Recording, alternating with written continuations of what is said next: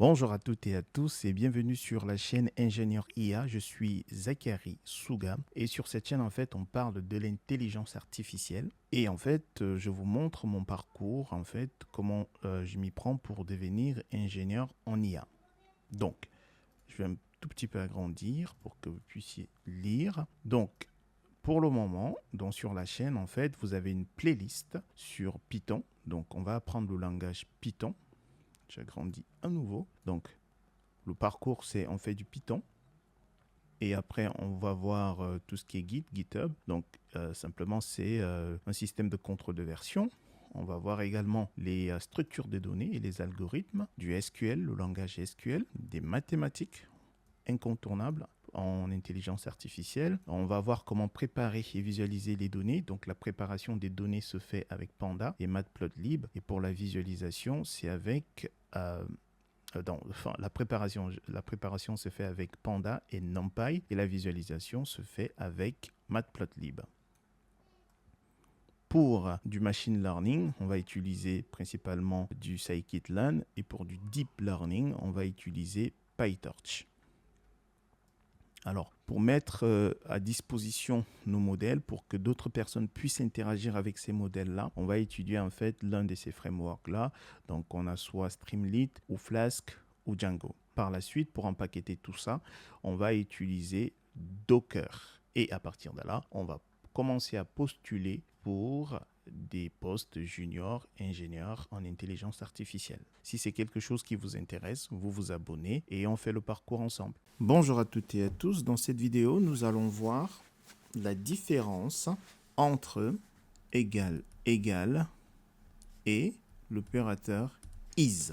Alors, supposons, vous avez ceci. Print true égal égal à 1. Donc ça c'est le premier. Le deuxième, on va avoir print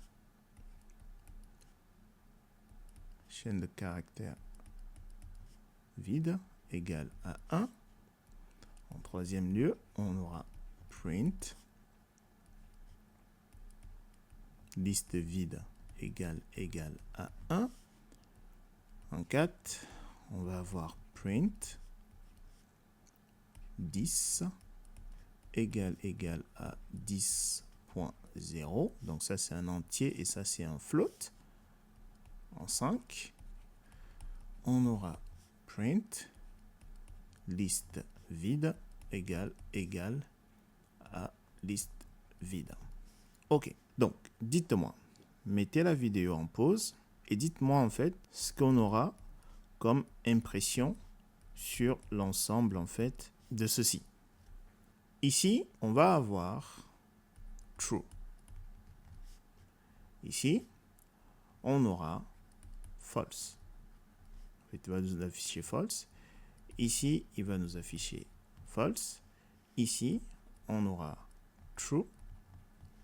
Et ici, on aura true. Ok. J'espère que vous avez trouvé. Maintenant, la question qu'on va se poser, c'est pourquoi? Pourquoi true égale à 1 renvoie true? En fait, il nous dit que ça, c'est pareil que ça. Pourquoi? Si vous vous souvenez, lorsqu'on a parlé, en fait, on a vu la conversion des types. En fait, ce que Python va faire derrière, c'est, ici, en fait, il fait true égale à bool de 1. Et bool de 1, c'est true. Raison pour laquelle, en fait, il fait true égale bool de 1 qui vaut true. Donc, il nous dit, oui, c'est vrai. C'est la même chose. Ici, le deuxième, là, c'est normal. Ici, on a une chaîne de caractères, un string. Et ici, on a un entier. Donc, forcément, c'est false. Ici, pareil.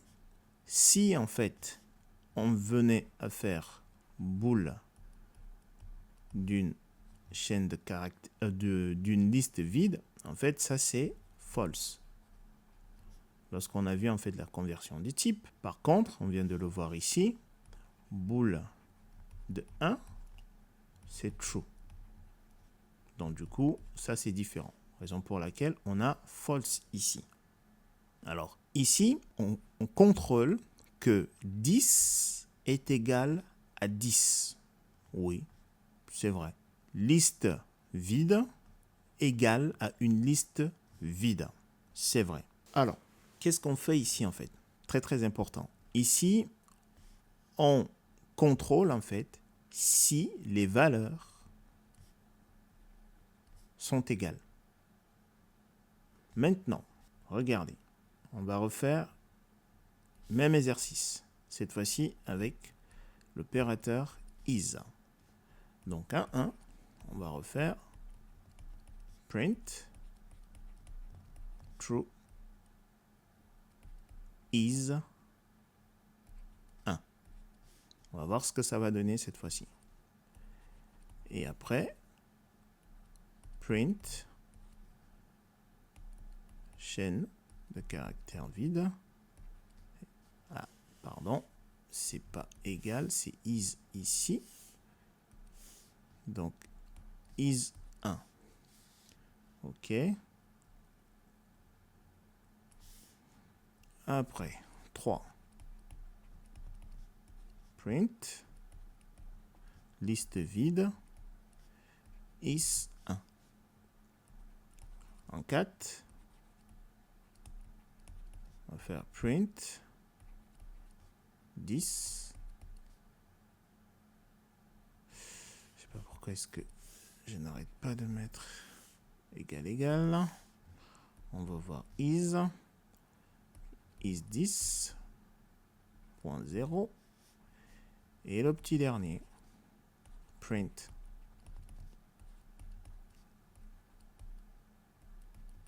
is OK.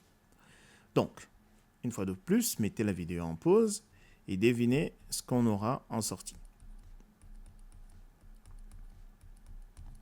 C'est bon. Ici, on aura false. Ici, on aura false. Ici, on aura false.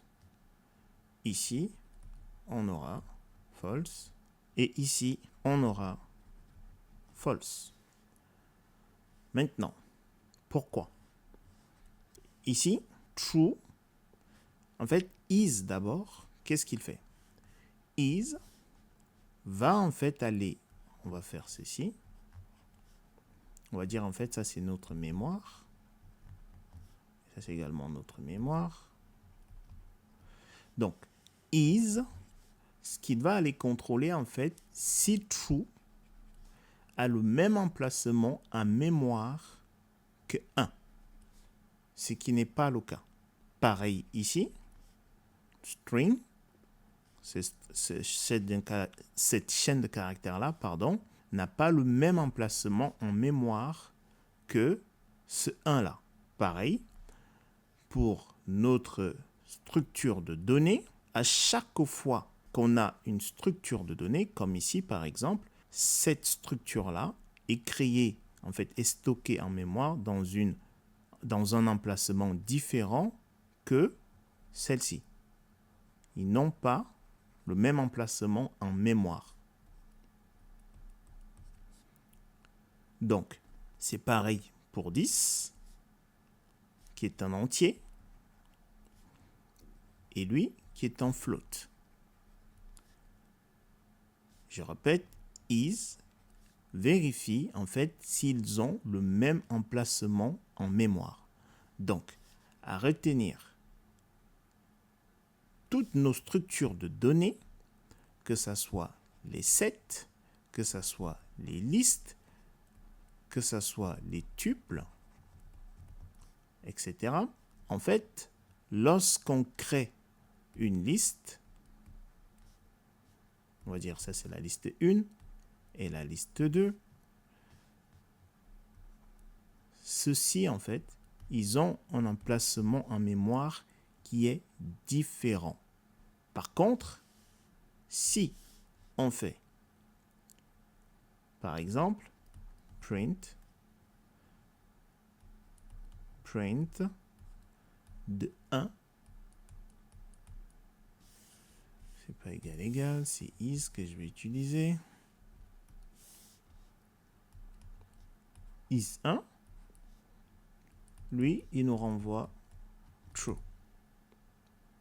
Cet entier-là, 1, a le même emplacement en mémoire que ce 1-là. Là, c'est true. Donc, voilà ce que je voulais vous montrer. Donc, maintenant, on va se rendre sur PyCharm et on va vérifier tout ça une fois de plus. Ok, nous voici sur PyCharm. Donc, on va d'abord commencer avec le signe, le double égal. Et je vous ai dit que le double égal, en fait, contrôle, vérifie, en fait, si les valeurs sont égaux. Donc, si on fait donc print de true, égal à 1, alors true, c'est avec un T majuscule, pas un T minuscule, comme ceci. Et du coup, si on exécute, vous voyez, il nous affiche true. Simplement parce que, en fait, ça, c'est pareil que ça. Bool de 1. Si on exécute, true. C'est ce qu'il fait, en fait, ici, en arrière-plan. Donc, quand on met 1, il convertit ceci en bool de 1. Et bool de 1, c'est true. OK. Donc, après, on avait chaîne de caractères vide, égal à 1. Ça, c'est false. Voilà, ça marche. Après, on avait quoi? Après, on avait une structure de données, donc notre liste, égal à 1, ça c'est false. Parce que dans tous les cas, si on fait bool de ceci, bool d'une liste vide nous renvoie false, et bool de 1 nous renvoie true. Donc ça, c'est pas égal. Donc ça renvoie false. Donc si on exécute, voilà, il nous renvoie false. Après, si on lui dit, est-ce que 10 égal à 10.0? Oui, c'est le cas. C'est la même valeur. Oui, parce que, je répète, égal vérifie si les deux valeurs sont égales. OK. Après, ici, on va avoir notre structure de données, donc liste vide et liste vide ici. C'est la même chose. Là, il va nous dire true. OK. Maintenant, à la place de égal, on va utiliser is. Comme ceci. Là, par contre, c'est plus la même chose. Parce que cette structure de données-là, notre liste, en mémoire, son emplacement est différent par rapport à cette liste. Donc, du coup, il va dire faux. Donc, si là, on exécute, il nous dit false. OK? Si on dit 10 is 10.0, là, ça c'est un entier. Donc, il est stocké dans un emplacement bien défini qui ne correspond pas à l'emplacement où ce flottant est stocké. Parce que ça, c'est un float. Donc, ici, c'est false. C'est false. Et là même, il nous dit syntax warning is with int literal. Did you mean equals? Enfin, voilà, il nous dit en fait, autant mieux utiliser égal. OK, sinon, dans tous les cas, il renvoie false. Parce que ceci, son emplacement en mémoire est différent par rapport à ceci. Ça, c'est un entier et ça, c'est un flottant, un float. OK. Après, on avait quoi? On avait notre liste vide égale is1. Une fois de plus, l'emplacement en mémoire de notre structure de données, de notre liste vide, est différent à cet emplacement-là, où se trouve notre 1 en mémoire. Donc ici, ça nous renvoie false. OK. Après, on avait vu donc la chaîne vide, is1, bah, pour les mêmes raisons, hein, c'est toujours false. OK. Et après, on a vu true.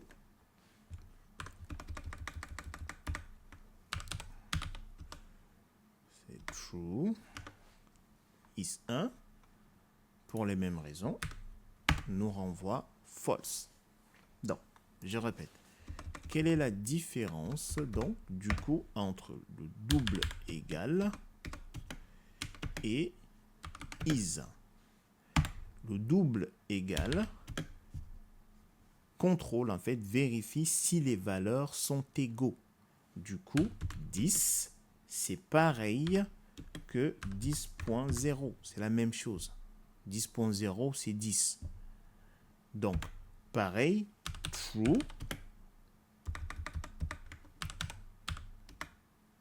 True, si on fait boule de true, ça nous retourne. Regarde, on va le faire ici. Regardez. Si on fait par exemple, si on fait print boule de true, ok, on va exécuter. Vous voyez, il nous renvoie true. Et si on fait boule de 1, il nous renvoie true également. Raison pour laquelle, si je viens faire true égal à 1, ben il va me dire c'est la même chose. Donc ici, il va m'afficher true. Donc, pour une dernière fois, égal, contrôle, vérifie si les valeurs sont égales. Par contre, is va contrôler si les deux valeurs ont le même emplacement en mémoire. Voilà, c'est ça la différence. Voilà ce que je voulais partager avec vous dans cette vidéo. Nous nous retrouvons dans une prochaine vidéo. Peace. Et n'oubliez pas, pratiquez, pratiquez, pratiquez. À plus.